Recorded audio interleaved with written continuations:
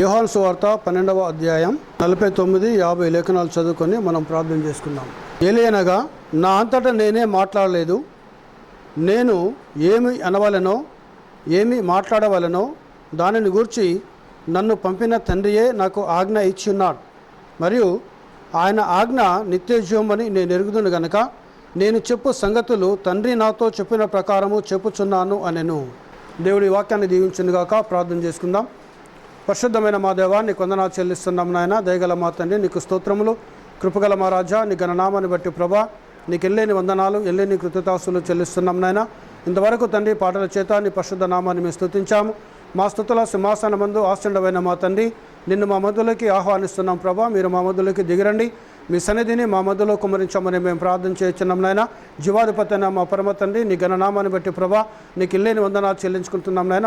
మనుషునితో మాట్లాడితే వ్యర్థము కానీ ప్రభా, నీవు మాతో మాట్లాడుతున్నాయన మేము జీవిస్తాం ప్రభా. నీకు వందనాలు. నేను ఇక్కడ శూన్యమైనాను, జీరో అయినాను ప్రభా నాయన. మరి నేను ప్రధాన పాపినైన ప్రభా, నన్ను మరుగు చేయండి. రంగస్థలమినికి పరిశుద్ధాత్మ దేవా నీవే దిగొచ్చి నీ పరిశుద్ధ లేఖనం ద్వారా నీ బిడ్డలతో మాట్లాడుతండి. మీ నామాన్ని మహిమ పొందుకోమని మమ్మల్ని మేము తగ్గించుకుంటూ నీ నామాన్ని మహిపరుసు, గణపరుసు మా ప్రభును మా రక్షకుడైన యేసు క్రీస్తు పరిశుద్ధ నామంలో ప్రార్థిస్తున్నాం తండ్రి, ఆమేన్. దయచేసి కూర్చుందాం. Praise the Lord. హల్లెలూయా. దేవుని నామానికి మహిమ కలుగునుగాక. కూడి వచ్చిన మిమ్మల్ని మీ కుటుంబాలను ప్రభు ఆశీర్వదించునుగాక. Hallelujah, hallelujah. Praise the Lord. దేవుని గొప్ప నామం ఘనపరచబడాలి, మహిమపరచబడాలి. సో దేవునికి స్తోత్రం కలుగునుగాక.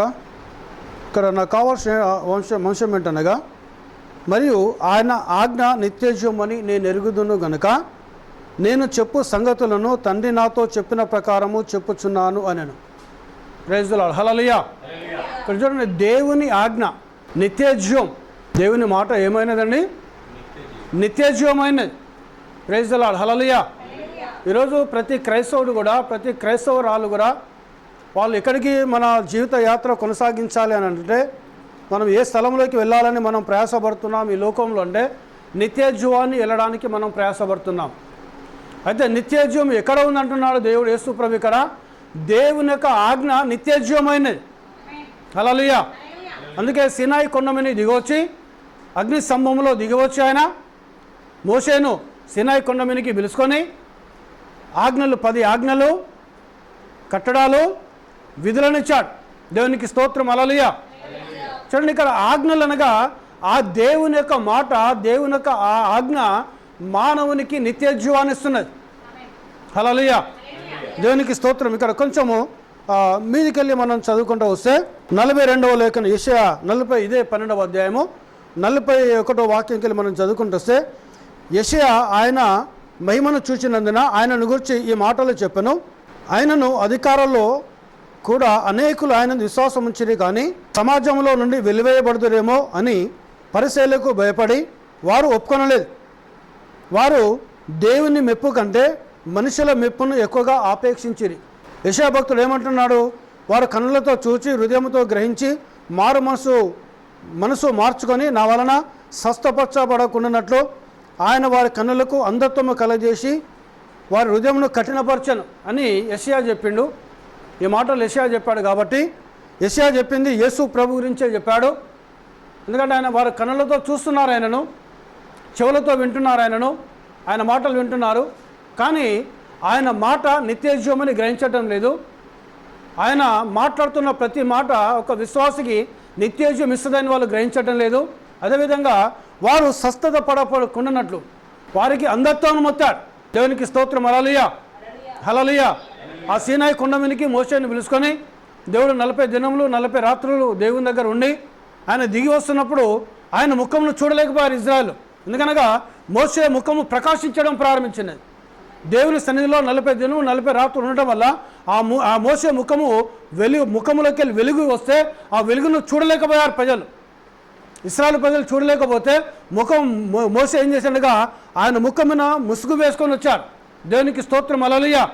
సో ఈరోజు యేసు ప్రభు అంటే ఎవరో తెలియకున్నట్టు, యేసు ప్రభులో ఉన్న శక్తిని తెలియకున్నట్టు, యేసు ప్రభులో మహిమను తెలియకున్నట్టు, యేసు ప్రభే నిత్య జీవమని వారు ఎరగకున్నట్టు ఆ మోసే వేసుకున్న ముసుగు ఇశ్రాయేలు ప్రజలకు అంధకారమును కలగజేస్తున్నది. ఈరోజు అందుకే మనం పోయిన వారాలకి మనం చూసుకుంటూ వస్తున్నాము. ఒక ధర్మశాస్త్ర ఉపదేశకుడు, ఒక యవనుడు, ఒక వ్యక్తి యేసు ప్రభు దగ్గరికి వచ్చి నిత్య జీవాన్ని వారసులను కావడానికి నేనేమి చేయాలి ప్రభా అని అడిగారు. అప్పుడు యేసు ప్రభు ఏమంటున్నాడు? ఆయన ఎక్కడ తీసుకొని వెళ్ళాడు వాళ్ళను? వాళ్ళ విశ్వాసం ఎక్కడ తీసుకొని వెళ్ళాడు? ధర్మశాస్త్రం ఏం చెప్తున్నది, నువ్వేం చదువుతున్నావు, నువ్వేమి వింటున్నావు అని అడిగాడు. దేవునికి స్తోత్రం, హల్లెలూయా. సో ధర్మశాస్త్రం ఈ విధంగా రాయబడినది, నువ్వు అది చేస్తున్నావు అంటే నేను చేస్తున్నాను ప్రభా. అక్కడ ఏమి కోల్పోయారు వాళ్ళనగా దేవునందు విశ్వాసమును కోల్పోయారు, దేవుని యొక్క ప్రేమను కోల్పోయారు, దేవుని యొక్క కనికరాన్ని కోల్పోయారు, దేవుని యొక్క జాలిని వాళ్ళు కోల్పోయారు. దేవునికి స్తోత్రం, హల్లెలూయా, హల్లెలూయా. సో ఈరోజు మనకు నీకు నిత్య జీవము కావాలంటే దేవుని యొక్క ప్రేమ నీలో ఉండాలి, దేవునందు విశ్వాసం నీలో ఉండాలి, దేవునందు నిరీక్షణ నీలో ఉండాలి, దేవుని యొక్క మాటకు నువ్వు లోబడి జీవించాలి. హల్లెలూయా, హల్లెలూయా. అప్పుడు ఏమవుతావునగా నిత్య జీవానికి నువ్వు వారసుడు అవుతావు. అయితే ఈయన మాటలు అధికారులు కూడా వింటున్నారు, అధికారులు కూడా విశ్వాసం ఉంచారనేది. కానీ పరిసయ్యులకు భయపడి ఆయనను బహిరంగంగా వాళ్ళు అంగీకరించలేకపోయారు. ఎందుకనగా పరిసయ్యులు ఏం చేస్తున్నారు? వెలివేస్తున్నారు. సమాజంలోకి వెళ్ళి యేసు ప్రభువుని ఎవరైతే అంగీకరిస్తారో, యేసు ప్రభువుని ఎవరైతే విశ్వాసం ఉంచుతారో, యేసు ప్రభువుని ఎవరైతే నమ్ముతారో, యేసు క్రీస్తు నామములో ఎవరైతే బాప్తిసం తీసుకుంటారో, ఆ కాలానికి వచ్చిన వర్తమానం ఎవరైతే అంగీకరిస్తారో వారు ఏం చేస్తున్నారో పరిసయ్యులు వాళ్ళని వెలివేస్తున్నారు. సమాజ మందిరంలోకి వెళ్ళి వాళ్ళని వెలివేస్తున్నారు వాళ్ళని. కాబట్టి ఈ పరిసయ్యులకు భయపడి అధికారులు కూడా ఆయనను బహిరంగంగా వచ్చి అంగీకరించడం లేదు. అందుకే వాళ్ళు ఇక్కడ ఏమంటున్నాడుగా, వారు ప్రజల మెప్పును పొందుకోవడానికి ప్రయాసపడుతున్నారే తప్ప దేవుని మెప్పును పొందుకోవడానికి వారు ప్రయాసపడటం లేదు. హల్లెలూయా. సో ఈరోజు ఒక నిజమైన విశ్వాసి, దేవునందు విశ్వాసం ఇచ్చిన దేవుని కుమారుడు, దేవునందు విశ్వాసం ఇచ్చిన దేవుని యొక్క కుమార్తె, నువ్వు ప్రజల మెప్పు పొందుకోవడానికి ప్రయాసపడితే నువ్వు నిత్య జీవాన్ని పొందుకోలేవు. మెప్పు పొందుకోవాలి మనము. ఏ దేవుడైతే మనల్ని పిలిచాడో, ఏ దేవుడైతే మన కోసం ప్రాణం పెట్టాడో, ఏ దేవుడైతే మన కోసం రక్తం కార్చాడో, ఏ దేవుడైతే మన కోసము భూమికి ఆకాశాన్ని మధ్యలో ఆ కలువరిసెలో వేలాడాడో, ఏ దేవుడైతే మరణము జయించాడో, ఏ దేవుడైతే సమాధిని జయించాడో, ఏ దేవుడైతే సాతాను గారిని జయించాడో, ఏ దేవుడైతే సాతాను తలను చిత్తగొట్టాడో, ఏ దేవుడైతే తిరిగి లేచాడో, ఆ దేవుడు ఎవరో కాదు, ప్రభువైన యేసు క్రీస్తు అయినాడు ఆయన. హల్లెలూయా. ఆయన యందు విశ్వాసం ఉంచి బహిరంగంగా నువ్వు అంగీకరించాలి. ఆయన మెప్పును మనం పొందుకోవాలి. హల్లెలూయా. మనుషుల మెప్పు కాదు నీకు కావాల్సింది. మనుషులు నేను వాక్యం చెప్తే మనుషులు నన్ను మెచ్చుకోవాలి, మనుషులు నన్ను గణపరచాలి, మనుషుల మెప్పు నేను పొందుకోవాలి అని కనుక నువ్వు అనుకుంటే ప్రియ సోదరుడా, నువ్వు నిత్య జీవానికి వెళ్ళలేవు. నీకు నిత్య జీవము కావాలంటే లుకింగ్ అంటూ జీసస్ అనే వర్తమానంలో దేవుని ప్రవక్త బ్రదర్ బ్రాహ్మణ్ అంటాడు, నువ్వు ఎల్ల వేళలో యేసును చూడాలను. హల్లెలూయా, హల్లెలూయా. ఎవరిని చూడాలి? నువ్వు యేసు క్రీస్తుని చూడాలను, యేసు క్రీస్తును మెప్పును పొందుకోవాలను, యేసు క్రీస్తు యొక్క దయను పొందుకోవాలను, యేసు క్రీస్తు యొక్క కనికరాన్ని పొందుకోవాలను, యేసు క్రీస్తు యొక్క ప్రేమను పొందుకోవాలను, యేసు క్రీస్తునందు విశ్వాసం ఉంచాలను, యేసు క్రీస్తునందు నిరీక్షణ ఉంచాలను. ఆయనను ముందు పెట్టుకొని నీ ఆత్మీయ జీవితాన్ని కొనసాగించాలి. దేవునికి స్తోత్రం, హల్లెలూయా. అధికారులు యేసు ప్రభువుని నమ్మారు, కానీ పరిసయ్యులు వెలివేస్తారేమోనని బాహాటముగా బహిరంగంగా ఆయనను అంగీకరించలేకపోయారు. కాబట్టి వాళ్ళు ఏం చేశారట? దేవుని మెప్పును గాక మనుషుల మెప్పును వాళ్ళు పొందుకున్నారు. అంతటా యేసు బిగ్గరగా ఇట్లనెను, నాయందు విశ్వాసం ఉంచువాడు నాయందు కాదు, నన్ను పంపిన వాని యందు విశ్వాసం ఉంచుచున్నాడు. హల్లెలూయా. ఈరోజు అందుకే ఏం చెప్తాడు? శాస్త్రంతోటి, పరిశీలనతోటి, సదుకేలతోటి, ఆ ఇశ్రాయేలు ప్రజలతో ఏమని మాట్లాడుతున్నా? ఎవరైతే నా యందు విశ్వాసం ఉంచుచున్నారో, ఎవరైతే నా యందు నమ్మకం ఉంచుచున్నారో, ఎవరైతే నా మాటలు వింటున్నారో, ఎవరైతే నా మాటలకు లోబడుతున్నారో వారు నా యందు కాదు, నన్ను ఎవరైతే ఈ లోకానికి పంపించారో ఆ దేవునందు విశ్వాసం ఉంచుతున్నారు అంటున్నాడు ఆయన. దేవునందు నమ్మకం ఉంచుతున్నారు అంటున్నాడు. ఆ దేవుని మాటలు మీరు వింటున్నారు అంటున్నాడు ఆయన. దేవునికి స్తోత్రం, హల్లెలూయా, హల్లెలూయా. నన్ను చూచువాడు నన్ను పంపిన వానినే చూచుచున్నాడు. హల్లెలూయా. ఎవరైతే యేసు ప్రభువును చూస్తున్నారో, యేసు ప్రభువుని ఎవరైతే పంపారో ఈ లోకానికి, ఆయనను చూస్తున్నారట. యేసు ప్రభువును చూస్తే ఆయన ముందు ఏం చెప్తున్నాడు అక్కడ? నేను నాయందు విశ్వాసం ఉంచితే నన్ను పంపిన వానందు విశ్వాసం ఉంచుతున్నావు, నాయందు నమ్మకం ఉంటే నన్ను పంపిన వానందు నమ్మకం ఉంచుతున్నావు, నా యొక్క మాటలు వింటే నన్ను పంపిన వాని యొక్క మాటలు వింటున్నావు అన్నాడు ఆయన. మీదట. కానీ కిందేమంటున్నాడు ఆయన? దానికి ఆయనే క్లారిఫికేషన్ ఇస్తున్నాడు. ఆయన నన్ను చూచుచున్నవాడు నన్ను పంపిన వానిని చూస్తున్నాడు అంటున్నాడు ఆయన. హల్లెలూయా. ఇప్పుడు ఎవరు మొదటి స్థానం ఎవరైనారు ఇక్కడ? ఇంకా వేరే వ్యక్తి ఉన్నాడు అక్కడ? వేరే వ్యక్తి ఉన్నాడు అక్కడ? అక్కడ తండ్రి అనే దేవుడు ఉన్నాడు అక్కడ? ఉన్నాడండి. యేసు ప్రభుని యొక్క శాస్త్రులు చూస్తున్నారు అని అంటే యేసు ప్రభుని ఈ లోకానికి ఎవరు పంపించారు? ఆయనను చూస్తున్నారు వారు. హల్లెలూయా, హల్లెలూయా. అందుకే ఆయన మాటలందు విశ్వాసం ఉంచాలి. ఎవరి మాటలందు? యేసు ప్రభు యొక్క మాటలందు విశ్వాసం ఉంచాలి. యేసు ప్రభునందు నమ్మకం ఉంచాలి. దేవునికి స్తోత్రం కలుగును గాక. యేసు ప్రభుకే నువ్వు మోకరించి ప్రార్థించాలను. దేవుని నామానికి మహిమ కలుగును గాక. నన్ను చూచువాడు నన్ను పంపిన వానినే చూచుచున్నాడు. నా యందు విశ్వాసం ఉంచు ప్రతివాడు చీకటిలో నిలిచిండకున్నట్లు నేను ఈ లోకమునకు వెలుగుగా వచ్చున్నాను. ఎవరైతే యేసు ప్రభును చూస్తున్నారో అతడు చీకటిలో నడవకుండానట్టుగా, మరణంలో నడవకుండానట్టుగా, సమాధిలో నడవకుండానట్టుగా, పాపంలో నడవకుండానట్టుగా యేసు క్రీస్తు లోకానికి వెలుగైనాడు. హల్లెలూయా, హల్లెలూయా. యేసుక్రీస్తు ఏమైనాడండి? లోకానికి వెలుగైనాడు. అంటే నువ్వు ఇప్పుడు ఈ దేవుడు వెలుగైనాడు. దేవుడు ఏమైనాడండి? వెలుగైనాడు. ఇప్పుడు ఆ దేవుడు ఎవరైనారు? యేసు క్రీస్తే దేవుడు అయినాడు. హల్లెలూయా, హల్లెలూయా. అంటే ఇక్కడ నేను ఎందుకు ఈ మాటలు చెప్తున్నానుగా, మరియు ఆయన ఆజ్ఞ నిత్య జీవమని నేను ఎరుగుదును గనుక. సినాయి కొండ మీద దిగొచ్చి ఏమిచ్చాడు ఆయన? 10 ఆజ్ఞలు ఇచ్చాడు.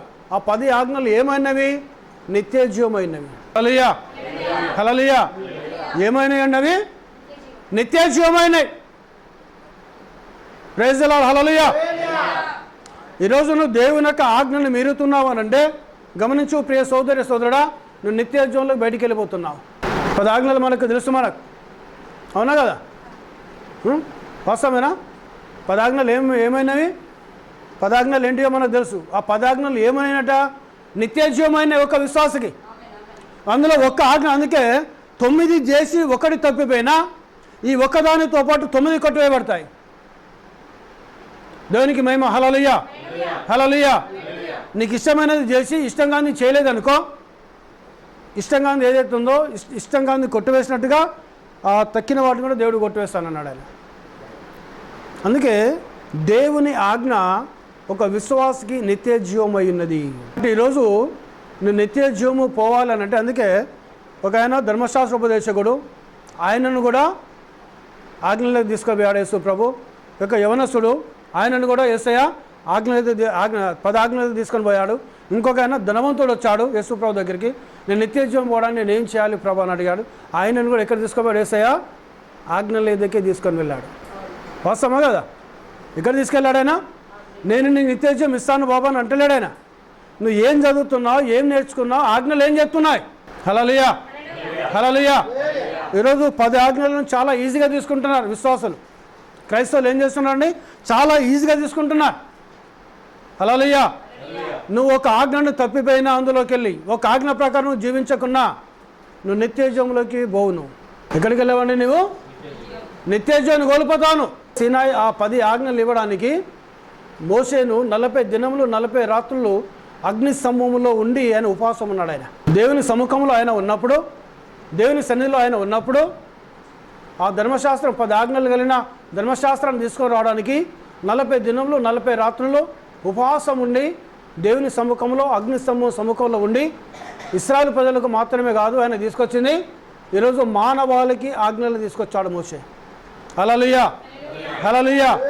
ప్రపంచ క్రైస్తవులందరికీ నిత్య జీవము కావాలంటే నువ్వు ఎక్కడికి రావాలనగా దేవుని యొక్క ధర్మశాస్త్రం వద్దకు రావాలన్నా.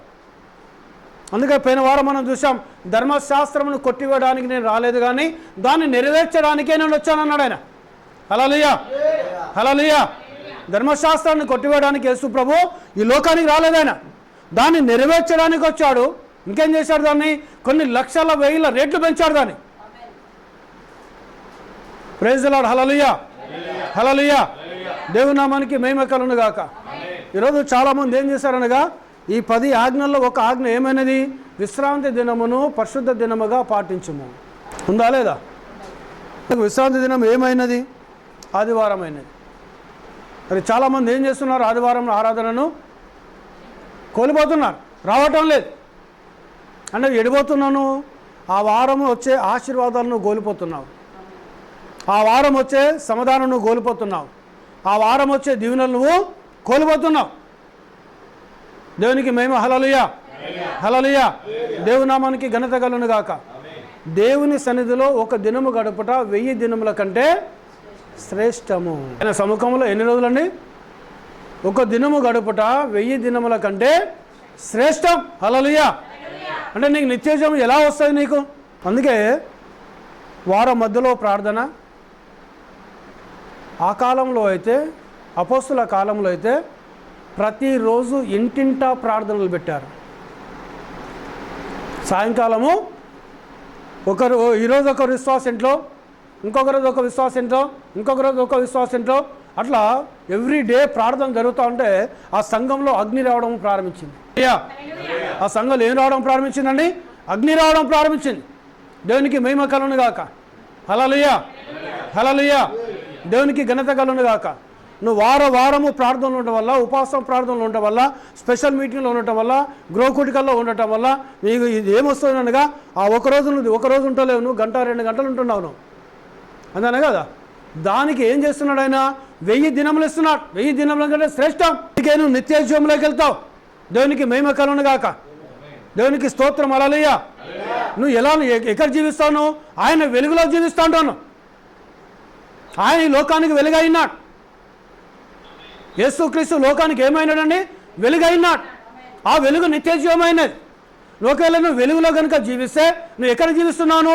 నిత్య జీవంలో జీవిస్తున్నావు. దేవునికి స్తోత్రం. హల్లెలూయా. చూడండి, ఆయన ఆజ్ఞ నిత్య జీవం అని నేను ఎరుగుదును. ఎవరికి తెలుసు అది? యేసు ప్రభువుకు తెలుసు. కాబట్టి యేసు ప్రభు ఈ లోకంలో జీవించిన ఏ ఒక్క రోజు కూడా, ఏ ఒక్క విశ్రాంతి దినం కూడా దేవుని సన్నిధిని కోల్పోలేదు, బయటికి పోలేదు. ఆయన ప్రతి విశ్రాంతి దినం నాడు సమాజ మందిరంలోకి వెళ్ళి వాక్యంను బోధించాడు. ఆయన ఏం చేశాడండి? ఆయన వాక్యాన్ని బోధించాడు. విశ్రాంతి దినం నాడు సమాజ మందిరంలోకి వెళ్ళి, అనగా సినాగోగు ప్రార్థన మందిరాలకు వెళ్ళి ఆయన వాక్యం బోధించాడు. ఆయన కూడా దేవుని ఆరాధించడం ప్రారంభించాడు.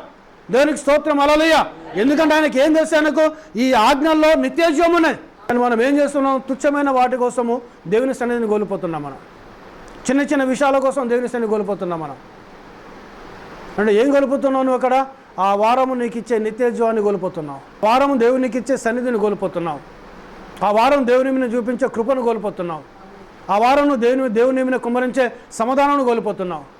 ఆ వారం దేవుని మీద కుమ్మరించే ఆశీర్వాదాలను కోల్పోతున్నాను. నువ్వు ఇక్కడనే ఈ లోకంలో శరీర రూపంగా ఉన్నప్పుడు ఈ లోకంలోనే నీవు దేవుని సన్నిధిలో జీవించకపోతే నిత్యజీవంలో ఎలా జీవిస్తాను? నిత్యజీవంలో నువ్వు ఎలా జీవిస్తాను? దేవునికి స్తోత్రం. హల్లెలూయా. ఇక్కడ ఒక మాట చూడండి. ఇదే యోహాను సువార్త 7వ అధ్యాయము 38వ లేఖనం చదవండి ఒకసారి. 7వ అధ్యాయం 38వ లేఖనం. నాయందు విశ్వాసముంచు వాడెవడో లేఖనము చెప్పినట్లు వాని కడుపులో నుండి జీవజల నదులు పారునని బిగ్గరగా చెప్పాను. హల్లెలూయా. నీ యేసు క్రీస్తునందు ఎవరైతే విశ్వాసం ఉంచుతారో లేఖనము చెప్పినట్లుగా. హల్లెలూయా. ఏం చెప్పినట్టుగా? లేఖనము చెప్పినట్టుగా, వాక్యము చెప్పినట్లుగా అతని కడుపులోకి వెళ్ళి జీవజల నదులు పారును అంటున్నాడు ఆయన. హల్లెలూయా, హల్లెలూయా. జీవజల నదులు ఏమొస్తాయట? నీలోకి వెళ్ళి జీవజల నదులు రావాలి. లేఖనము చెప్పినట్లుగా, అనగా వాక్యము చెప్పినట్టుగా, ఆజ్ఞలు చెప్పినట్టుగా. దేవునికి స్తోత్రం. హల్లెలూయా, హల్లెలూయా. దేవుని నామానికి మహిమ కలుగును గాక. నీ కడుపులోకి వెళ్ళి జీవజల నదులు పారాలని కోరుతున్నాడు. నీ హృదయంలో జీవజల నదులు ఉండాలని కోరుతున్నాడు ఆయన. నీ మనసులో జీవజల నదులు ఉండాలని కోరుతున్నాడు ఆయన. నీ ఆత్మలో జీవజల నదులు ఉండాలని కోరుతున్నాడు ఆయన. ఏమి పారాలి? జీవజల నదులు ప్రవహించాలి నీలోకెళ్ళి. దేవునికి స్తోత్రం. హల్లెలూయా, హల్లెలూయా. ఏంటిది ఆ జీవజల నదులు? పరిశుద్ధాత్మ. కింద ఏమన్నది అక్కడ 39వ వాక్యం ఏమన్నది? తన యందు విశ్వాసముంచువారు పొందబోవు ఆత్మను గురించి ఆయన ఈ మాట చెప్పెను. హల్లెలూయా. తన యందు విశ్వాసముంచిన వాడు ఏం పొందుకోవాలంట? పరిశుద్ధాత్మను పొందుకోవాలను. ఆ పరిశుద్ధాత్మ ఏమైనది? నీలోకెళ్ళి జీవజల నదులను తీసుకొస్తుంది. Praise the Lord. Hallelujah, hallelujah. ఈరోజు నీలో జీవజల నదులు రావాలి. అందుకే ఈ ప్రార్థనలు జరిగేది. ఈ ప్రార్థన జరిగేది ఎందుకండి? నీలో జీవజల నదులు రావాలి. హల్లెలూయా, హల్లెలూయా. అపోస్తలుల కార్యాలలో మనం చూస్తే ఈరోజు ఏం చేశాడు? పేతురుని పట్టుకొని పోయాడు. పేతురు ఒక్కరిని చంపేస్తే సంఘం మొత్తం చిన్నాభిన్నమైపోద్ది అనుకున్నాడు ఆయన. కానీ ఆ దినంలో ఏం చేస్తున్నాడు? అక్కడ ఇంటింటా ప్రార్థనలు పెడుతున్నారు. దేవునికి స్తోత్రం. హల్లెలూయా, హల్లెలూయా. నేను ఎందుకు చెప్తూ ఈ విషయం, ఈ ఉపమా, ఇది అపోస్తలుల కార్యాలలో ఉన్నది ఎందుకు చెప్తున్నానంటే, వాళ్ళు ప్రార్థన పెట్టడం వల్ల ఏమి అద్భుతాలు జరుగుతున్నాయో ఒక ఉదాహరణ చూపిస్తున్నాను. నేను పట్టుకొని పోయాడు, కాళ్ళ చేతులు సంఖ్యలు వేశారు. తెల్లవారితే ఆయన బహిరంగంగా చంపేస్తారు ఆయన పేతురును. కానీ సంఘం ఏం చేస్తున్నది? ఆ దినములో ఇంటింటా మానక ప్రార్థన చేస్తున్నారు వారు. అపోస్తలుల కార్యంలో ఆ సంఘం ఏ గృహములో అయితే పేతురు యొక్క విడుదల కోసము ప్రార్థన చేస్తున్నారో వారు ఆ రోజు ఆ గృహంలో సాయంత్రం కూర్చున్నారు, ప్రార్థన చేస్తున్నారు వారు. పేతురు సంఘం అంతా గలిబిలైపోయింది. పేతురును పట్టుకొని పోయాడు, సంఘం మొత్తం గలిబిలైపోయింది. మనం చూద్దాం అపోస్తలుల కార్యాలు మనం చూద్దాం. 12వ అధ్యాయం. మీరు ఇంటికి వెళ్ళి చదవండి. 12వ అధ్యాయము అపోస్తలుల కార్యం 12వ అధ్యాయం. ఇంటికాడ వెళ్ళి చదువుకోండి. మీరు ఎంత హింస జరుగుతుంది ఇక్కడంటే 12వ అధ్యాయం మొదటి కొన్ని లేఖలు చదువుతా. దాదాపు అదే కాలమందు రాజైన హెరోదు సంఘపు వారిలో కొందరిని బాధ పెట్టుటకు బలాత్కారముగా పట్టుకొని యోహాను సహోదరుడైన యాకోబును ఖడ్గంతో చంపించెను. ఇది యూదులకు ఇష్టమైన కార్యమని తెలుసుకొని పేతురును కూడా పట్టుకొనను. ఆ దినములు పులియని రొట్టెల పండుగ దినములు. అతన్ని పట్టుకొని చెరసాల వేయించను. పస్కా పండుగ అయిన పిమ్మట ప్రజలెద్దకు అతన్ని తేవాలని ఉద్దేశించి అతన్ని కావలినటకు 4 చతుష్టములను సైనికులను అతనికి అప్పగించాను. పేతురు చెరసాల్లో ఉంచబడను. సంఘమైతే అతని కొరకు అత్యాసక్తితో దేవునికి ప్రార్థన చేయుచుండెను. సోదరుడైన యాకోబును ఖడ్గంతో చంపించేశాడు. ఈరోజు సంఘంలో చాలామంది తీసుకొని పోయి చాలామందిని బలాత్కారం చేశాడు. అనగా బలాత్కారంగా పట్టుకొని హింసించాడు వాళ్ళని. అది చాలాదన్నట్టు పేతురుని కూడా పట్టుకొని పోయాడు.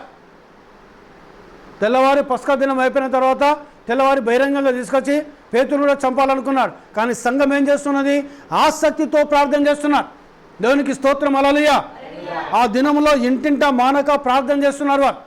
అపోస్తలుల కార్యంలో ఆయన సంఘం పేతురు కోసం ప్రార్థన చేస్తున్నప్పుడు ఆసక్తితో దేవునికి ప్రార్థన చేయుచుండెను.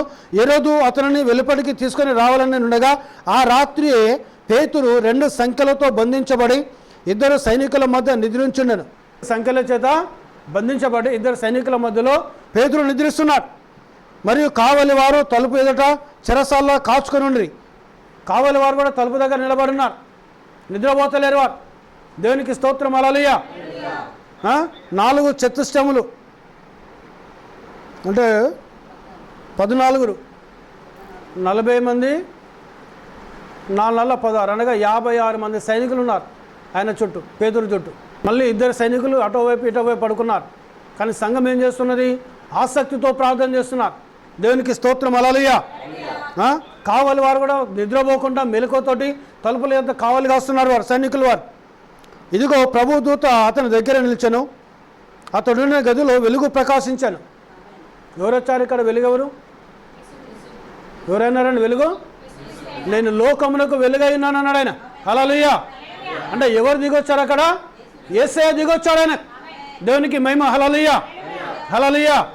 చూడండి, ఆ గదిలో సైనికులు ఉన్నారు, 54 మంది సైనికులు ఉన్నారు. 2 సైనికుల మధ్యలో ఈయన పేతురు పడుకున్నాడు. ఆయన చేతిలో కాళ్ళ సంఖ్యలు వేయబడ్డాయి. తలుపుల యొద్ద 2 సైనికులు కూడా కావలి కాస్తున్నారు. సంఘం అయితే పేతురు యొక్క విడుదల కోసము పేతురును కాపాడు ప్రభా అని వాళ్ళు ఏం చేస్తున్నారు? ప్రార్థన చేస్తున్నారు. దేవుని దూత వచ్చాడు, వెలుగు ప్రకాశించింది పేతురు మీద. హల్లెలూయా. ఆ వెలుగు ఎవరైనారు? ప్రభు అయిన యేసు క్రీస్తు అయినాడు. దేవునికి మహిమ. హల్లెలూయా, హల్లెలూయా. దేవునామానికి ఘనత కలుగును గాక. చూడండి, వాళ్ళు నిత్య జీవాన్ని వాళ్ళు హృదయంలో ఉంది కాబట్టి పరిశుద్ధాత్మ శక్తిని వాళ్ళు పొందుకున్నారు కాబట్టి, దేవుని యొక్క ఆజ్ఞలు లోబడి వారు జీవిస్తున్నారు కాబట్టి, దేవుని యొక్క కృప వారి మీద ఉన్నది కాబట్టి వారు ప్రార్థన చేస్తే, ఇంటింటా మానక ప్రార్థన చేస్తే, దేవునికి స్తోత్రం, హల్లెలూయా. దేవుడు దిగివచ్చి పేతురుని ఏం చేస్తున్నాడు? ఆయన వెలుగు ప్రకాశించెను. దూత పేతురు పక్కకు తట్టి త్వరగా లెమ్మని చెప్పి అతన్ని లేపగా సంఖ్యలు అతని చేతులు ఊడిపోయాను. ఆ దూత వచ్చి త్వరగా పేతురు అంటే పేతురు లేచాడు. చేతులకు సంఖ్యలు, కాళ్ళ చేతుల సంఖ్యలు విడిపోయినాయి. దేవుని స్తోత్రం, హల్లెలూయా, హల్లెలూయా. ఊడిపడను. అప్పుడు దూత అతనితో నీవు నడుము కట్టుకొని చెప్పులు తొడుక్కోమనను. అతడు అలా చేసిన తర్వాత దూత, నీ వస్త్రము పైన వేసుకొని నా వెంబడి రమ్మని అతనితో చెప్పారు. అతడు వెలుపలికి వచ్చి దూత వెంబడి వెళ్ళి దూత వలన జరిగినది నిజముగా జరిగినని గ్రహింపక తనకు దర్శనము కలిగినని తలంచెను. మొదటి కావలిని రెండవ కావలిని దాటి పట్టణమునకు పోవు ఇనుప గవిని ఎద్దకు వచ్చినప్పుడు దానంతటా అదే వారికి తెరుచుకున్నది. సంఖ్యలు దిగిపోయినాయి. కావలి వారు వెళ్ళిపోయారు. మొదటి గవిని దాటారు, రెండో గవిని దాటారు. ఇంకేంటిది? మూడో గవిని పోతే సంఖ్యలు. ఆ గవిని మాటంతట ఇనుప గవిని ఉంటే ఆ ఇనుప గవిని దానంతటదే తెలుసుకున్నది. వారు బయలుదేరి ఒక వీధి దాటి వెంటనే దూత అతన్ని విడిచిపోయాను. బయలుదేరి ఒక వీధి దాటిన వెంటనే దూత అతన్ని విడిచిపోయాడు. ఎవరు వచ్చారు అక్కడ? యేసు ప్రభువే వచ్చాడు. హల్లెలూయా, హల్లెలూయా. దేవునికి మహిమ కలుగును గాక, దేవునికి స్తోత్రం కలుగును గాక. పేతురు తెలివి వచ్చి ప్రభువు తన దూతను పంపి హేరోదు చేతిలో నుండి యూదులను ప్రజలు నాకు చేయ ఉద్దేశించిన వాటన్నిటి నుండి నన్ను తప్పించున్నాడని ఇప్పుడు నాకు నిజంగా తెలియనని అనుకున్నాను. ప్రభువు తన దూతను పంపించి హేరోదు చేతిలోకి వెళ్ళి, యూదుల చేతిలోకి వెళ్ళి ఆయన నన్ను తప్పించాడని గ్రహించి ఇట్లు ఆలోచించుకొని అతడు మార్కు అను మారు పేరు గల యోహాను తల్లి అయిన మరియా ఇంటికి వచ్చాను. అక్కడ అనేకులు కూడా ప్రార్థన చేయుచుండిరి. హల్లెలూయా, హల్లెలూయా. ఎక్కడ చేస్తున్నారు ప్రార్థన? ఆ గృహంలో వారు ప్రార్థన చేస్తున్నారు. ఏమని చేస్తున్నారు? పేతును విడిపించు ప్రభు అని ప్రార్థన చేస్తున్నారు. దేవునికి స్తోత్రం, హల్లెలూయా, హల్లెలూయా. దేవుని సన్నిధిలో ఉండే శక్తి గురించి నేను మాట్లాడుతున్నాను. నేను దేవుని ఆజ్ఞకు లోబడితే ఆ నిత్య జీవముతో నేను చూపిస్తున్నాను. నేను చూడండి, పేతురు దేవుని యొక్క ఆజ్ఞకు లోబడ్డాడు కాబట్టి, ఈ విశ్వాసులు దేవుని యొక్క ఆజ్ఞకు లోబడ్డారు కాబట్టి ఆ ఆజ్ఞలో నిత్య జీవం. ఎవరండి? ఆ ఆజ్ఞలు ఎవరైతే ఇచ్చారో, ఏ దేవుడైతే ఆజ్ఞలు ఇచ్చాడో, ఏ దేవుని ఆజ్ఞలు వారు లోబడుతున్నారో ఆ దేవుడే వచ్చి, ఆ ప్రభువే వచ్చి, ఆ వెలుగే వచ్చి చెరసాలలో ఉన్న పేతురును ఏ ఇంట్లో అయితే ఆసక్తితో ప్రార్థన చేస్తున్నారో ఆ ఇంటి ముందు తీసుకొచ్చి వదిలేశాడు ఆయన. హల్లెలూయా, హల్లెలూయా. ఈరోజు దేవుని యొక్క ఆజ్ఞ నిత్య జీవం. దేవుని యొక్క ఆజ్ఞలు ఏమున్నదండి? నిత్య జీవం అన్నది. హల్లెలూయా, హల్లెలూయా. ఈరోజు నువ్వు ఆజ్ఞకు లోబడుతున్నావు అని అంటే, నువ్వు ఆజ్ఞ ప్రకారం జీవిస్తున్నావు అంటే నువ్వు ఎక్కడుంటావు? నువ్వు నిత్య జీవంలో ఉంటావు. ఆ 10 ఆజ్ఞలను లోబడాలను, 10 ఆజ్ఞల ప్రకారం జీవించాలను. అందులో ఏ ఒక్కదాన్ని నువ్వు మీరినా నిత్య జీవాన్ని నువ్వు కోల్పోతావు.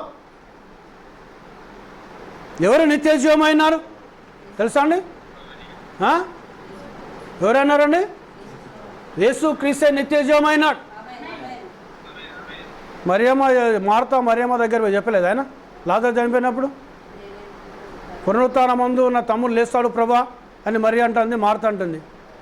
పునరుత్థానమును నేనే, జీవమును నేనే. హల్లెలూయా, హల్లెలూయా. పునరుత్థానము ఆయనే, జీవము కూడా ఆయనే. ఇంకేమన్నాడు ఆయన? మీ పితరులు మన్నాను తిన్నా చనిపోయారు, కానీ పరలోకమును దిగి వచ్చిన జీవాహారము నేనే. నాయందు విశ్వాసం ఉంచిన వాడిని హృదయంలోకి వెళ్ళి జీవజల నదులు పారును అంటున్నాడు ఆయన. హల్లెలూయా, హల్లెలూయా. ఈరోజు నిత్య జీవం నీ హృదయంలో ఉండాలి. నీ హృదయం నిత్య జీవంతో నింపబడాలి. నీ మనసు నిత్య జీవంతో నింపబడాలి. నీ మనసు నింపబడాలనగా, నీ హృదయం నింపబడాలనగా నువ్వు దేనికి లోబడాలనగా? దేవుని యొక్క ఆజ్ఞకు నువ్వు లోబడాలను. హల్లెలూయా. దేవుని యొక్క మాటకు నువ్వు లోబడి జీవించాలి. ప్రియ సోదరి సోదరుడా, దేవుని యొక్క మాటకు లోబడకపోతే, దేవుని యొక్క ఆజ్ఞకు నువ్వు లోబడకపోతే, దేవుని యొక్క ఆజ్ఞను విశ్వాసం ఉంచకపోతే నువ్వు ఏం కోల్పోతావునగా? నిత్య జీవాన్ని కోల్పోతావు. ఇంకెవరైనారు నిత్య జీవము? ఆజ్ఞ ఏమైనారు? ఆజ్ఞ యేసు క్రీస్తు అయినాడు. ఈ ఆజ్ఞ ఎవరైనారండి? యేసు క్రీస్తు అయినాడు. అందుకే పలకబడిన మాట ఎవరైనారు? ప్రభువైన యేసు క్రీస్తు అయినాడు. దేవునికి స్తోత్రం, హల్లెలూయా. ఆయన మాట పలికాడు, ఆకాశం కలుగునుగాక, కలిగింది ఆకాశం. మాట పలికాడు, భూమి కలుగునుగాక, కలిగింది. అంటే ఆయన మాట ఏం చేస్తున్నది? సృష్టిని చేస్తూ ఉన్నాడు. దేవునికి స్తోత్రం, హల్లెలూయా, హల్లెలూయా. కానీ మానవుని యొద్దకు వచ్చేసరికి మాట ద్వారా చేయలేదు ఆయన. చూడండి, మనిషిని చేయడానికి దేవుడు ఎంత కష్టపడ్డాడు ఊహించారు అన్నాడనా? మన బాడీలో ఉన్న నరాలు, వెయిన్స్ తీసి పొడుగు పరుస్తే ప్రపంచాన్ని 7 సార్లు వస్తాయి అటు. చదువులు ఎప్పుడన్నా తెలియదు. ఎన్నిసార్లు తిరిగి వస్తాయి నరాలు? 7 సార్లు. ప్రపంచాన్ని 7 సార్లు చుట్టూ వస్తాయి. మరి ఎక్కడ ఏ విధంగా పెట్టాలి, ఎక్కడ ఏ విధంగా మలచాలని అవన్నిటిని మలిచిండు దేవుడు. చూడండి, సమస్త సృష్టిని మాటతో తీసుకొచ్చాడు ఉనికిలోకి. మరి మానవుని యొద్దకు వచ్చేసరికి మాటతో సృష్టించండి ఆ మానవుని. సరే ఆలోచించారేనాడన్నా? అవన్నీ ప్రపంచాన్ని 7 సార్లు తిరిగి వచ్చే నరాలు మానవ శరీరంలో ఉన్నాయి. అంటే ఈయన ఎంత పెద్ద స్వర్జన అయినాడు ఆయన. అందుకే ప్రవక్త అంటాడు, he is a great physician. ఆయన గొప్ప వైద్యుడు ఆయన. హల్లెలూయా, హల్లెలూయా. దేవునికి మహిమ కలుగును గాక. ఎవరైనా పరమ వైద్యుడైన గొప్ప వైద్యుడైన ఆయన నామానికి మహిమ కలుగును గాక. హల్లెలూయా. ఒకసారి ఆలోచించండి, తల్లి కడుపులోకి వెళ్ళి వచ్చిన తర్వాత చిన్న శిశువు మనం ఎలా పెరుగుతున్నావో నీ తల్లి కూడా తెలియదు, నీ తల్లి కూడా తెలియదు, నిన్ను కన్న తల్లి కూడా తెలియదు. నువ్వు వేసుకొని పాలిచ్చి పెంచాడు నీ తల్లి నిన్ను. నువ్వు ఎలా పెరుగుతున్నావో, నీ అవయములు ఎలా అభివృద్ధి చెందుతున్నాయో నీ తల్లికి తెలియదు, నీ తండ్రికి తెలియదు, ఎవరికి తెలియదు భూమిన. తెలుసా ఎవరికన్నా? ఎవరికి తెలియదు. దేవుని స్తోత్రం, హల్లెలూయా. ఎవరికి తెలుసు? కేవలము నిన్ను సృజించిన నీ సృష్టికర్త మాత్రమే తెలుసు. దేవునికి మహిమ, హల్లెలూయా, హల్లెలూయా. మళ్ళీ మానవుని ఎట్లా చేసిండు ఆయన? పర్ఫెక్ట్ ఫిగర్ చేసిండు ఆయన. ఇప్పుడు ఈయన పెట్టినట్టుగా మనం ఉన్నాం. మనం ఏ ఒక్క అవయమైన చేయి కోల్పోతే చేయలేనాడు అంటారు, కాలు లేకపోతే కాలు లేనాడు అంటాడు, కన్ను లేకపోతే గుడ్డోడు అంటారు, నోరు లేకపోతే మాట రానంటాడు, చెవులు వినపడిపోతే ఏదో ఒక అంధత్వం ఉంటుంది. అవునా కదా? కానీ అంధత్వంలో పర్ఫెక్ట్గా పెట్టాడు అని అంటే ఆయన ఎంత గొప్ప నిర్మాణకుడు అయినాడు. దేనికోసం తయారు చేశాడు ఆయన? నీలో నిత్య జీవం అనే వాక్యాన్ని పెట్టడానికైనా నిత్య జీవం అనే వాక్యం నీలో పెట్టడానికి, నిత్య జీవం అనే ఆత్మ నీలో పెట్టడానికి, నిన్ను ఈ లోకంలో నిత్య జీవములో నిన్ను నీ రూపంలో నిత్య జీవానికి అనుకూలంగా మార్చడానికి నీ శరీరాన్ని తయారు చేశాడైనా. దేవునికి మహిమ, హల్లెలూయా. ఇంకా చెప్పాలంటే ఆయన వచ్చి నీలో నివాసం చేయాలని కోరుతున్నాడు ఆయన. అందుకే పౌలేమన్నాడు, మీ దేహములు మీవి కావు, నా శరీరం నాది కాదు, నన్ను ఒక ఆయన విలువ పెట్టి కొనుక్కున్నాడు ఆయన. ఏంటిది ఆ విలువ? తన ప్రాణం ఇచ్చి నన్ను కొనుక్కున్నాడు, తన రక్తం ఇచ్చి నన్ను కొనుక్కున్నాడు, తన జీవం ఇచ్చి నన్ను కొనుక్కున్నాడు ఆయన. ఆయన ఎవరైనా నన్ను కొనుక్కున్న వ్యక్తి ఎవరు? ప్రభు అయిన యేసు క్రీస్తు అయినాడు ఆయన. ఎందుకు కొనుక్కున్నాడు ఆయన? ఆయన వాక్యం అనే నిత్య జీవాన్ని నాలో పెట్టడానికి, ఆయన ఆజ్ఞలను నిత్య జీవాన్ని నాలో పెట్టడానికి నాకు వచ్చే ఉపయోగం ఏంటనగా నేను ఒక దినం నాడు ఆయన నిత్య జీవంలో పాలిభాగస్తులను అవుతాను. హల్లెలూయా. నీవు ఒక దినం ఆయన నిత్య జీవంలో పాలిభాగస్తుడు కావాలి.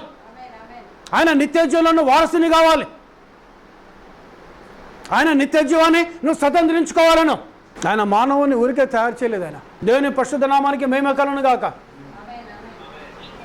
నీ జీవితం మీద అల్లాటప్పగా ఉన్న జీవితం కానీ తన ఆజ్ఞలు అనే నిత్య జీవాన్ని నీ హృదయంలో పెట్టడానికి, తన ఆజ్ఞల నిత్య జీవాన్ని నీ శరీరంలో పెట్టడానికి, ఇంకా చెప్పాలంటే ఆ నిత్య జీవం అనే యేసయ్య అనే నీలో వచ్చి నివాసం చేయడానికి నీకు ఒక దేహం ఇచ్చాడు ఆయన. అంటే మీరు విలువ పెట్టి కొనబడిన వారు. వాళ్ళు మన్నాను తిన్నారు కానీ అరణ్యంలో కలిసిపోయారు. కానీ ఈ మన్నాను తిన్నవాడు, మన్నాను యేసు క్రీస్తు అనే మన్నాను తిన్నవాడు నిరంతరము జీవించును అన్నాడు ఆయన. హల్లెలూయా, హల్లెలూయా. ఇక్కడ ఏం చేస్తున్నది ఆమె? తలుపు కొడుతున్నాడు ఆయన. అతడు తలవాకిట తలుపు తట్టుచుండగా రోదే అను ఒక చిన్నది ఆలకించుటకు వచ్చాను. ఆమె పేతురు స్వరము గుర్తుపట్టి సంతోషము చేత తలుపు దేక లోపలికి పరిగెత్తుకొని పోయి పేతురు తలుపు దగ్గర నిలబడి ఉన్నాడని చెప్పాను. అందుకు వారు, నీవు పిచ్చిదానవని. 4 చతుష్టయంలో 54 మంది బలమైన సైనికులను పెట్టిండు. ఇద్దరి మధ్యలో బలమైన 2 సైనికుల మధ్య ఆయన పడుకోబెట్టాడు. ద్వారం యొద్ద బలమైన సైనికులు తలుపుల దగ్గర కావాలన్నారు. ఇంతమంది ఉండగా పేతురు ఎట్లా తప్పించుకొని వస్తాడమ్మా? ఆమెనేమన్నా నీకు పిచ్చి పట్టింది నీకు అనుకుంటున్నాను. కానీ మరలా తలుపు కొడతా అంటే వచ్చి చూసేసరికి పేతురు బయట నిలబడ్డాడు. ఎవరు తీసుకొచ్చారు వాళ్ళని? పేతురును. వీళ్ళలో ఏముంది? ఏం కలిగి ఉన్నారు వారు? శుద్ధాత్మని కలిగి ఉన్నారు వారు, వాక్యంను కలిగి ఉన్నారు వారు, నిత్య జీవాన్ని కలిగి ఉన్నారు వారు. హల్లెలూయా, హల్లెలూయా. వారు ఏ వాక్యం అయితే కలిగి ఉన్నారో ఆ వాక్యమైన దేవుడు పేతురుని తీసుకొచ్చాడు. ఏ దేవునికైతే వారు మొరబెడుతున్నారో ఆ దేవుడు పేతురుని తీసుకొచ్చాడు. ఏ ఇంట్లో అయితే పేతురు కోసం ప్రార్థన చేస్తున్నారో దేవుడు ఆ ఇంటి వద్దకే పేతురు నడిపించాడు. హల్లెలూయా, హల్లెలూయా. దేవునికి మహిమ కలుగును గాక. మరి అలాంటి నిత్య జీవము కలిగిన ప్రార్థన నీ జీవితంలో ఉందా? ఆజ్ఞలతో నీ హృదయం నింపబడుతుందా? దేవుని యొక్క వాక్యంతో నీ హృదయం నింపబడుతుందా? ఆజ్ఞలకు లోబడుతున్నావాను? ఆయన ఆజ్ఞల ప్రకారం జీవిస్తున్నావాను? సోదరుడా, ఒకసారి ఆలోచన చేసుకోను. వారు అతని దూతానుడి పేతురు ఇంకనూ తట్టుచున్నందున వారు తలుపు తీసి అతన్ని చూసి విభ్రాంతి చెందారట. వాళ్ళు ఆశ్చర్యపోయారు. ఏమంటాడు? సాక్ష్యం ఏం చెప్తాడు పేతురు? అతడు ఊరకుండుడని వారికి చేసైగా చేసి ప్రభువు తన్ను చెరసాలలో నుండి ఎలాగో తీసుకొని వచ్చనో వారికి వివరించి. ఇక్కడికి తీసుకొచ్చాడు ప్రభు. ఆయనను చెరసాలలోకి వెళ్ళి ఎవరు పోయారు అక్కడికి? ప్రభువే వెళ్ళాడు ఆయన. హల్లెలూయా, హల్లెలూయా. దేవునికి మహిమ కలుగునుగాక. హల్లెలూయా, దేవునికి ఘనత కలుగునుగాక. ఈరోజు దేవుని యొక్క వాక్యంను హృదయంలో చేర్చుకుంటే, దేవుని యొక్క ఆత్మని హృదయంలో చేర్చుకుంటే, యేసు క్రీస్తుని హృదయంలోకి చేర్చుకుంటే, అందుకే వాక్యము దేవుడైనాడు. వాక్యం ఏమైనాడండి? దేవుడైనాడు. దేవుని స్తోత్రం. హల్లెలూయా, దేవునికి మహిమ కలుగును గాక. ఆయన దేవుడు, వాక్యము దేవుడైనాడు. ఈరోజు నువ్వు ఏ వాక్యం అయితే చదువుతున్నావో ఆ వాక్యము ప్రభువైన యేసుక్రీస్తు అయినాడు. ఆయన వాక్యము చేతను నింపబడాలి, ఆయన ఆజ్ఞ చేతను నింపబడాలి. దేవునికి స్తోత్రం. హల్లెలూయా. ప్రభు ఆయన విడిపించుకొని వచ్చాడు ఆయన. మరి ఈరోజు నీ హృదయంలో కనుక దేవుని యొక్క వాక్యం ఉంటే, నీ హృదయంలో కనుక దేవుని ప్రేమ ఉంటే, నీ హృదయంలో కనుక దేవుని దయ ఉంటే, నీ హృదయంలో కనుక దేవుని యొక్క ఆజ్ఞలతో నింపబడితే, నువ్వు ఎవరి కోసమైతే ప్రార్థన చేస్తున్నావో ఆ వ్యక్తికి విమోచన రాదా? వస్తారా? మరి ఎందుకు వస్తలేదు?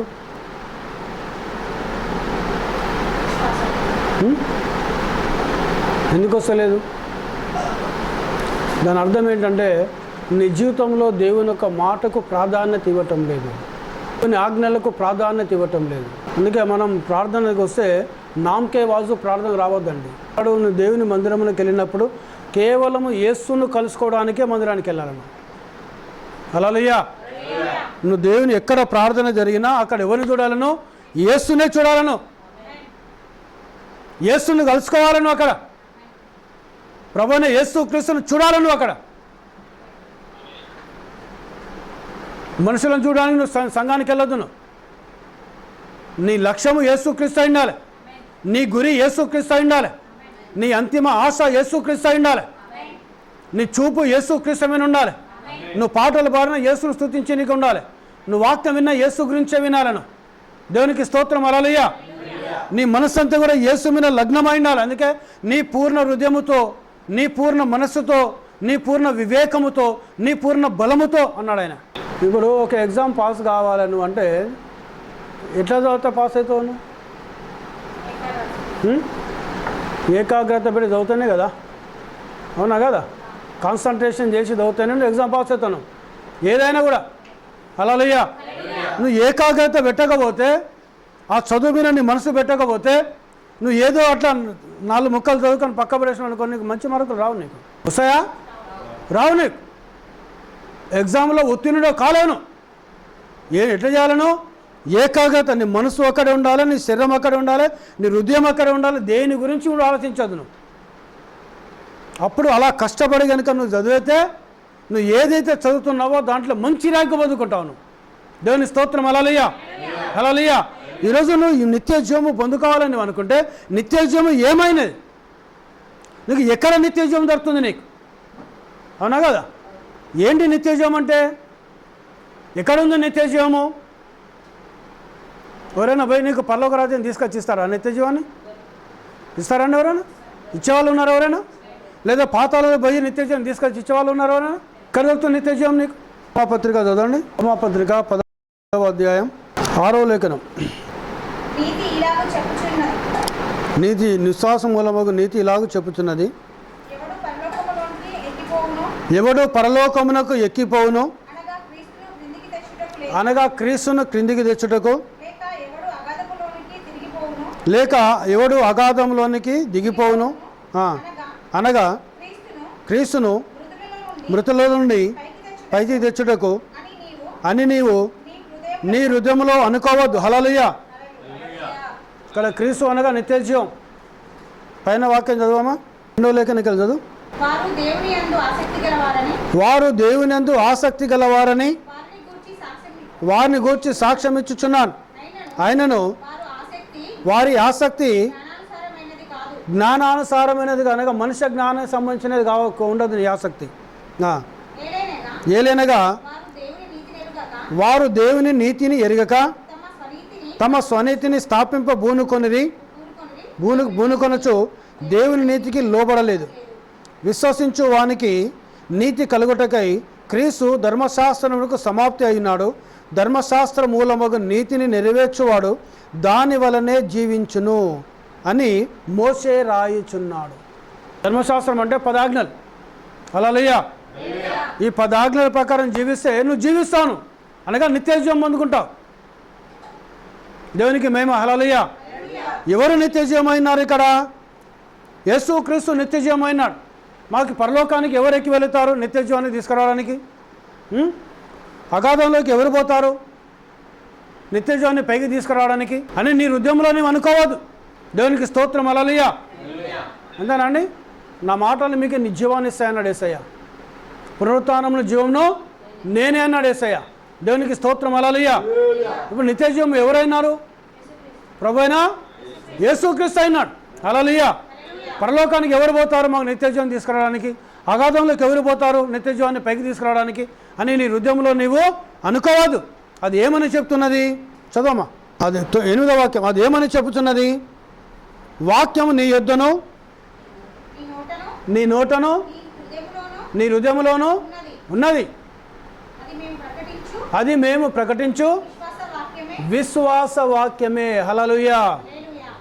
మళ్ళీ ఎక్కడ తీసుకొచ్చాడు? ఇక్కడ పౌలు వాక్యముతో తీసుకొచ్చాడు. ఇంతేనండి. క్రీస్తును అన్నాడు. ఎవడు పరలోకానికి ఎక్కిపోతాడు క్రీస్తుని తేవడానికి, ఎవడు అగాధంలో పోతాడు క్రీస్తుని పైకి తీసుకురావడానికి. కానీ అది ఏమని చెప్తున్నది? ఏం చెప్తున్నది? దేవుని స్తోత్రం. హల్లెలూయా. అదేమని చెప్తున్నది? వాక్యము నీ యొద్దను. వాక్యం ఎక్కడుందట? నీ యొద్ద ఉన్నది. ఎక్కడున్నది? నీ నోట ఉన్నది. వాక్యం ఎక్కడ? నీ నోటిలో ఉండాలి వాక్యము. ఇంకెక్కడున్న వాక్యము? నీ హృదయంలో ఉండాలి. హల్లెలూయా. అది ఏ వాక్యం అంటే? అది మేము ప్రకటిస్తున్న విశ్వాస వాక్యము. హల్లెలూయా. అంటే ఒక దైవ సేవకుడు పులిపిటి మీద నిలబడి వాక్యం ప్రకటిస్తున్నాడంటే ఆ వాక్యంలో ఏమున్నది? అక్కడ నిత్య జీవం ఉన్నది. హల్లెలూయా. హల్లెలూయా. ఇప్పుడు వాక్యం ఎక్కడ ఉండాలి? వాక్యము నీ యొద్ద ఉండాలి. వాక్యం ఎక్కడ ఉండాలి? నీ నోటిలో ఉండాలి. వాక్యం ఎక్కడ ఉండాలి? నీ హృదయంలో ఉండాలి. హల్లెలూయా. అది ఎవరు ప్రకటించే వాక్యము? మేము దేవుని సేవకులు ప్రకటిస్తున్న వాక్యము నిత్య జీవాన్ని నీకు ఇస్తున్నది. హల్లెలూయా. మరి నిత్య జీవాన్ని ఇచ్చే ఈ వాక్యమే నువ్వు తృణీకరిస్తే, దైవ సేవకు నిలబడి వాక్యం బోధిస్తే, ఆ వాక్యాన్ని నువ్వు తృణీకరిస్తే ఏం కోల్పోతావు? నువ్వు కోల్పోతావండి. ఇప్పుడు ఎవరి చేతిలో పెట్టాడు నిత్య జీవాన్ని? దేవుడు దేవుని సేవకుల చేతిలో పెట్టాడు ఆయన. హల్లెలూయా. హల్లెలూయా. ఒక ఎగ్జాంపుల్ చెప్తాను, నేను ముగిస్తాను. నేను న్యాయాధిపతుల్లో ఒక వ్యక్తి ఉన్నాడు, బెన్యామీనుడు. బహుశా ఒక యాజకుడు ఒక లేవి సమయం యాజకుడు పోతా అంటే ఆ యాజకుడిని తీసుకొని పోయి ఏం చేశాడు? తన ఇంట్లో నాకు తండ్రిగాను నాకు ప్రభుగాను ఉండు అన్నాడు ఆయన. 17వ అధ్యాయము 2వ లేఖనికలు చదవండి ఒకసారి. బెత్లెహేములో నుండి వచ్చిన యూదా వంశస్థుడైన ఒక యవనుడును, అతడు లేవీయుడు. అతడు అక్కడ నివసించెను. ఆ మనుషుడు తనకు స్థలము దొరికిన చోట నివసించవలని యూదా బెత్లెహేము నుండి బయలుదేరి ప్రయాణం చేయొచ్చు ఎఫ్రాయిమీయుల మన్య దేశమున నున్న మీకా ఇంటికి వచ్చాను. యూదా బెత్లెహేము నుండి వచ్చిన యూదా వంశస్థుడైన ఒక యవనుడును, అతడు లేవీయుడు. అతడు అక్కడ నివసించాను. ఆ యవనుడు, ఆ మనుషుడు తనకు స్థలము దొరికిన చోట నివసించవలనని యూదా బెత్లెహేము నుండి బయలుదేరి ప్రయాణము చేయొచ్చు ఎఫ్రామీయుల మన్య దేశం నున్న మీకా ఇంటికి వచ్చాను. మీకా ఎఫ్రామీయుల ఇంటి ఎఫ్రాయిం వంశస్థులైన మీకా ఇంటికి వచ్చాడు. Praise the Lord. Hallelujah, hallelujah. Micah, నీవు ఎక్కడి నుండి వచ్చితివని అతను అడిగగా అతడు, నేను యూదా బెత్లెహేము నుండి వచ్చిన లేవీయుడను, నాకు దొరకగల చోట నివసించుటకు పోచున్నానని అతనితో అన్నాను. ఎక్కడ పోతున్నాడు ఆయన? నాకు ఎక్కడ నివాసం చేయడానికి దొరికే స్థలంలోకి నేను ప్రయాణమే వెళుతున్నానని అతడు, ఆ లేవీయుడు వెళుతున్నాడు అనను. మీకా 10వ వాక్యం, మీకా నా యొద్ద నివసించి నాకు తండ్రివిగాను యాజకుడిగాను ఉండుము. మీకా ఏమంటున్నాడు? నా ఇంట్లో నివాసం చేయను, నాకు తండ్రిగా నాకు యాజకునిగా నీవు ఉండుము. నేను సంవత్సరమునకు నీకు 10 వెండి రూకలను, ఒక దుస్తు బట్టలను, ఆహారం నిచ్చేదనని చెప్పగా,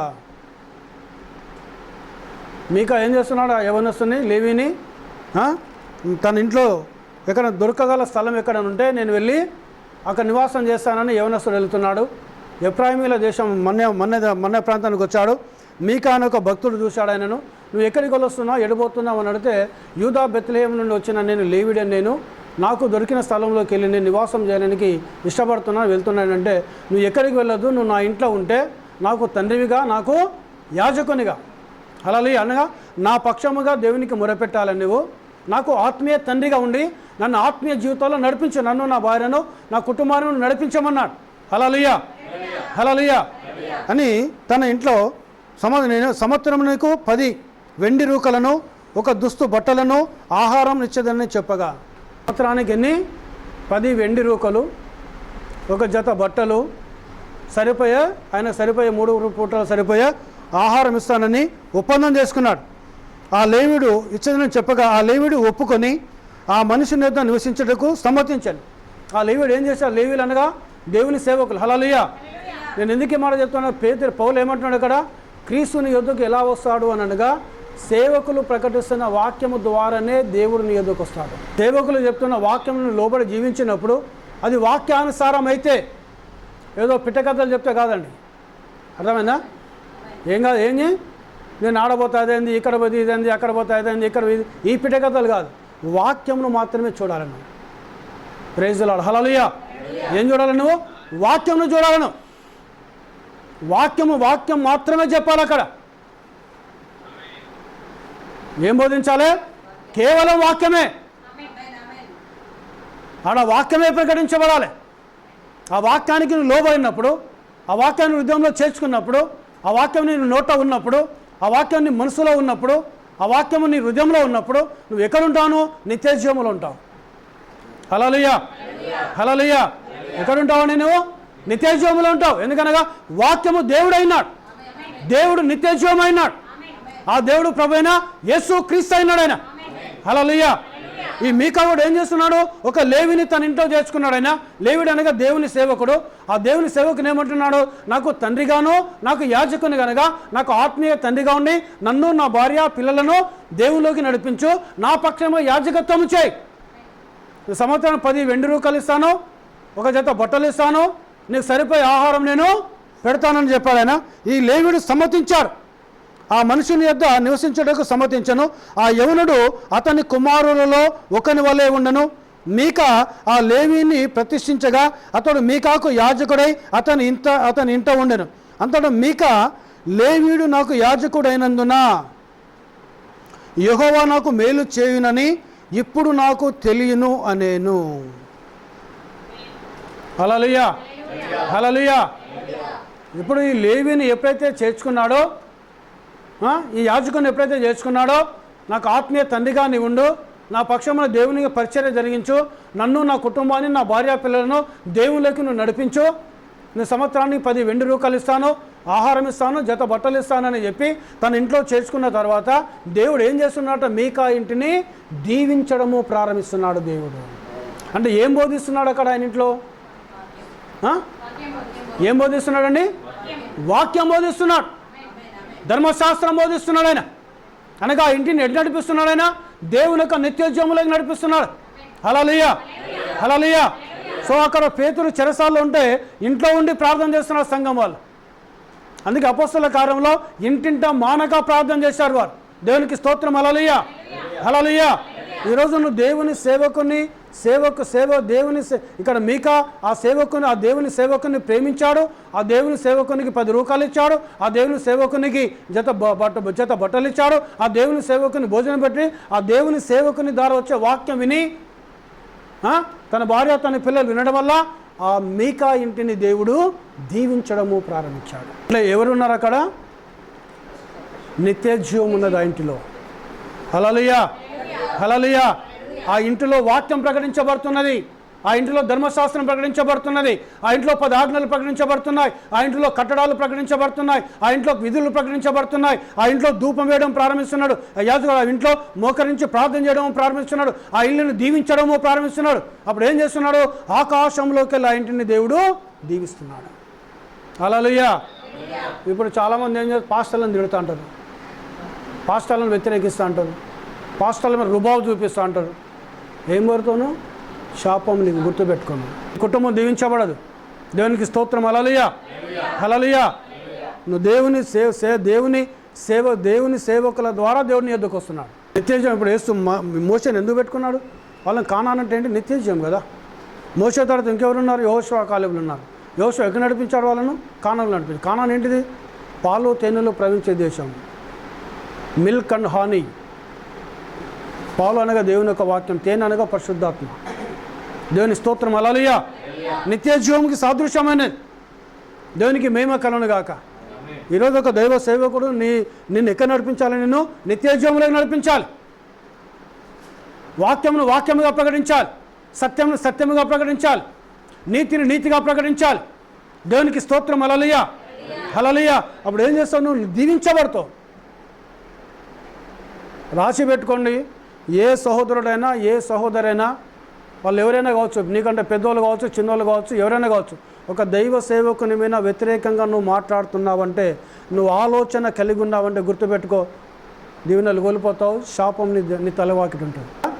దేవుడు ఆయన ద్వారా నీకు నిత్యజీవాన్ని ఇస్తున్నాడు.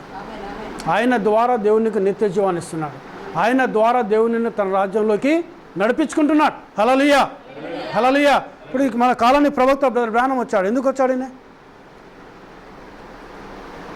ఎందుకు వచ్చాడు ఆయన? ఏది దేవుడు వచ్చి చెప్పొచ్చు కదా, వర్తమానం ప్రకటించవచ్చు కదా, అవునా కదా? సాధ్యం కాదా దేవునికి? కాదా అండి? కానీ దేవుడు అలా చేయడు అన్నాడు కూడా. తన ప్రవక్తను వాడుకొని మర్మాలు బయలుపరచాడు. రాశాడు కదా ఆయన మొదగాలే, నా ప్రవక్తలను నమ్ముకొనండి అన్నాడు ఆయన. నా ప్రవక్తల మాట వినండి అన్నాడు ఆయన. హల్లెలూయా. ఎక్కడ చెప్పాడు? ధర్మశాస్త్రంలో చెప్పాడు ఆయన. దేవునికి స్తోత్రం. హల్లెలూయా. అందుకైనా ప్రవక్తను మనం నమ్ముచున్నాం. మనం ప్రవక్త ద్వారా వచ్చిన వర్తమానం లోబడుతున్నాం. మనం అంటే ఏం చేస్తున్నాను? నిత్య జీవానికి వారసుడు అవుతున్నావు. దేవునికి స్తోత్రం. హల్లెలూయా. నిత్య జీవానికి హక్కుదారు అవుతున్నాను. ఈరోజు నిత్యజీవం ఎక్కడుందనగా ఇక దేవుని మనం చదువుతున్న దేవుని యొక్క వాక్యంలో, ఆ వాక్యంలోని మర్మాలన్నీ బయలుపరిచిన ప్రవక్త వర్తమానంలో. దేవునికి స్తోత్రం. హల్లెలూయా, హల్లెలూయా. దేవునికి మహిమ కలుగును గాక. ఈరోజు నువ్వు ఎక్కడికి పోవాలి? నువ్వు నిత్యజీవంలోకి పోవాలి.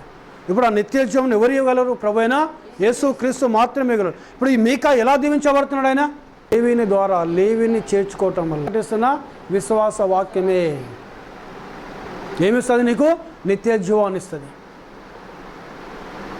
అందుకే వాళ్ళు శాస్త్ర పరిచయాల మాటలను తీసేశాడు ఆయన యేసు ప్రభు. వాళ్ళు బోధించినట్టే వాక్యం యేసు ప్రభు బోధించలే. బాప్తిస్మ చౌహాన్ కూడా బోధించలే వారు బోధించినట్టుగా. బాప్తిస్మ చౌహాన్ యొక్క వాక్యం కూడా డిఫరెంట్గా ఉన్నది. పౌలు యేసయ్య ప్రకటిస్తే అసలు మన శాస్త్రాల వల్ల పరిచయాల వల్లే ఈయన వాక్యం బోధించడం లేదు, అధికారము గలవాని వల్లే వాక్యాన్ని బోధిస్తున్నాడు అన్నాడు ఆయన. హల్లెలూయా, హల్లెలూయా. ఆయన నిలబడి వాక్యం చెప్తేనే ఆ సమాజంలో ఒకరు దయ్యం పడిన వాడు ఉండి వాళ్ళని దయ్యం ఏముంటుంది? జీవం గల దేవుని కుమారుడైన యేసు మాతో నీకేం పని?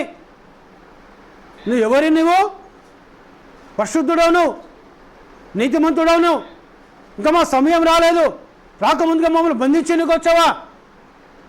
అక్కడ సమాజ మందిరంలో ఉన్న విశ్వాసులు గ్రహించటం లేదు ఈయన పరిశుద్ధుడని. కానీ ఒక వ్యక్తిలో ఉన్న దెయ్యం చెప్తా ఉన్నది నువ్వు దేవుని పరిశుద్ధుడవు. హల్లెలూయా, హల్లెలూయా. ఆ దయ్యం ఏమంటుంది? నువ్వు దేవుని పరిశుద్ధుడవు యేసు, నువ్వు ఎవరో మాకు తెలుసు, మాకు మా సమయం రాకమునిపే మమ్మల్ని బంధించి నీకు వచ్చావా అంటున్నాడు. ఒక వ్యక్తిలో ఉన్న దయ్యం. దేవునికి స్తోత్రం. హల్లెలూయా, హల్లెలూయా. ఈరోజు యేసుక్రీస్తు ఎవరైనారు? పరిశుద్ధుడైనాడు. యేసుక్రీస్తు ఎవరైనారు? నిత్యజీవమైనాడు. యేసుక్రీస్తు ఏమైనాడు? వాక్యమైనాడు.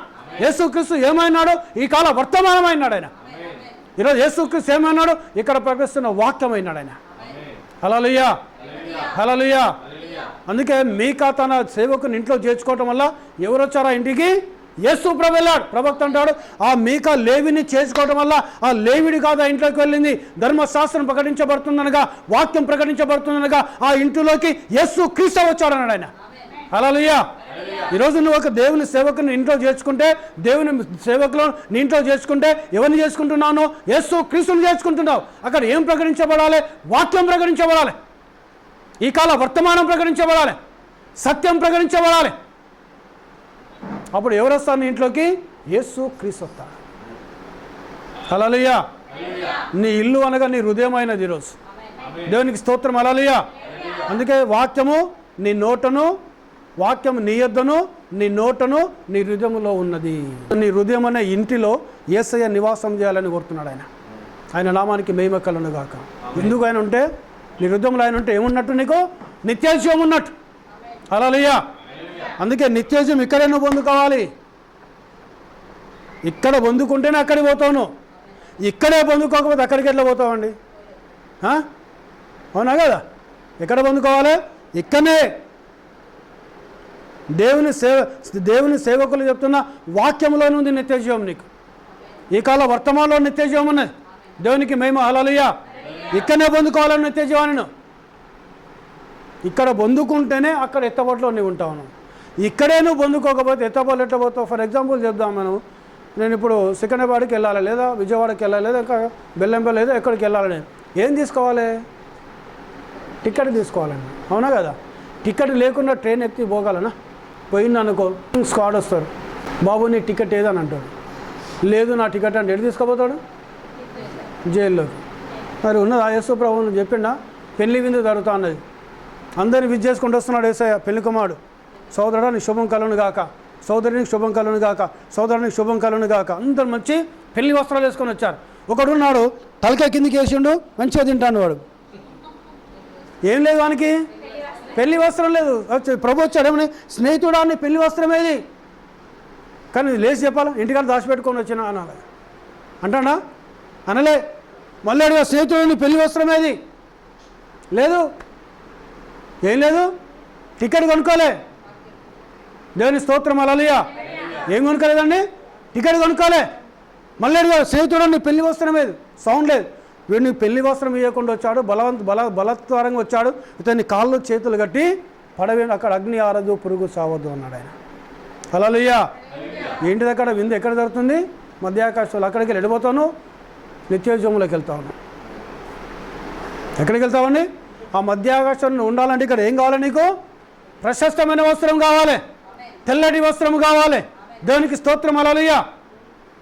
ఏంటిది? రక్షణ అనే వస్త్రం కావాలి. మరి వానికి లేదు అక్కడ.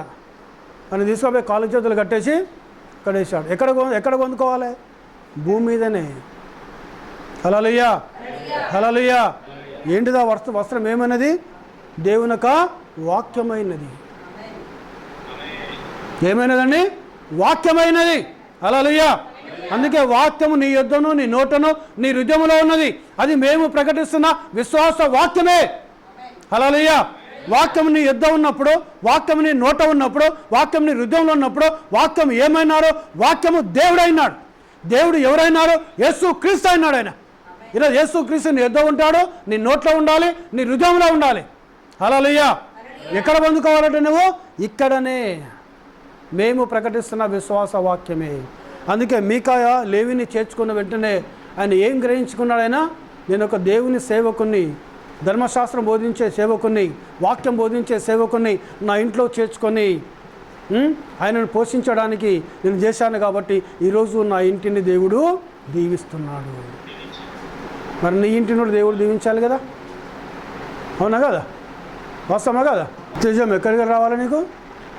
పైకి వెళ్ళి రాదు నిత్యజీవం, తెలుసా? నిత్యజీవం పైకి వెళ్ళి రాదు నీకు, ఇక్కడనే.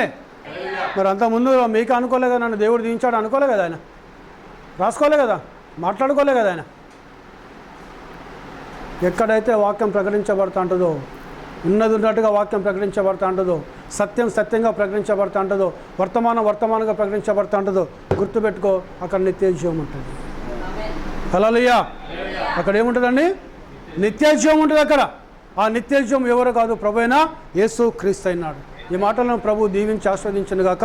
ప్రార్థన చేస్తాను, తలలు ఉంచండి, నేను ప్రార్థన చేస్తాను. జీవం గల మా దేవా, నీకు వందనాలు చెల్లిస్తున్నాం నాయన. దయగల మా తండ్రి, నీకు స్తోత్రములు. కృపగల మా రాజా, నీ ఘనమైన శ్రేష్టమైన దివ్యమైన నామాన్ని బట్టి ప్రభా, నీకు వెళ్ళని వందనాలు చెల్లిస్తున్నాం నాయన. ఇంతవరకు నైనా మరి నిత్య జీవానికి నేను వారసుడను ఎలాగూ కావాలని ప్రభా, ఒక ధర్మశాస్త్ర ఉపదేశకుడు, ఒక యవనుడు, ఒక సోదరుడు వచ్చి నేను అడిగినప్పుడు నాయన, నీవు తండ్రి వాక్యం ఎద్దుకే తీసుకొని వెళ్ళావు ప్రభా. నువ్వు ఏదో చెప్పలేదు నాయన, ధర్మశాస్త్రం ఏమి చెప్తా అన్నది, మోసే ఏం బోధించాడు, దాన్ని మీరు వినండి, దాన్ని నమ్మండి, దాని ప్రకారం జీవించండి అన్నావు నాయన. నీకు వందనాలు. జీవాధిపతి అన్న మా పరమ తండ్రి, నీ ఘననామాన్ని బట్టి ప్రభా, నీకు వెళ్ళని వందనాలు, వెళ్ళని కృతదాసులు చెల్లిస్తున్నాం నాయన. ఇంతవరకు నాయన మీరు ఇచ్చిన వాక్యాన్ని బట్టి వందనాలు. 30ంతలుగా 60ంతలుగా 100ంతలుగా ప్రభా, వాక్యం నాయన మీరు దీవించమని మేము ప్రార్థన చేయించున్నాం నాయన. ఈ లోకంలోనే ప్రభా మీరు నిత్య జీవాన్ని పొందుకోవాలనైనా, ఈ లోకంలోనే ప్రభా మీరు నిత్య జీవానికి వారసులము కావాలి ప్రభా.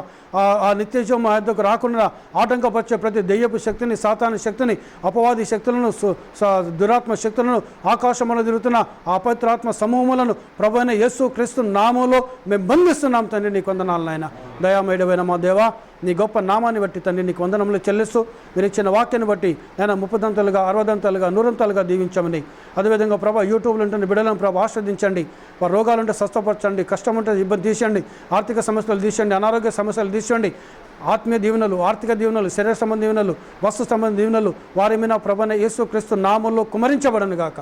వారి మనోనేత్రాలు తెరబడను గాక, హృదయనేత్రాలు తెరబడను గాక. వాక్యమును గ్రహించు ప్రభు, వాక్య స్వరూపంలోకి వారి జీవితాలు మార్చబడను గాక. తండ్రి నీ వందనములు చెల్లిస్తూ, మరొకసారి మీరు ఇచ్చిన వాక్యాన్ని బట్టి నీ వందనములు చెల్లిస్తూ, మమ్మల్ని మేము తగ్గించుకుంటూ నీ నామాన్ని మేయపరుస్తూ ఘనపరుస్తూ, మా ప్రభును మా రక్షకుడైన యేసు క్రీస్తు పరిశుద్ధ నామంలో ప్రార్థిస్తున్నాం తండ్రి. ఆమేన్.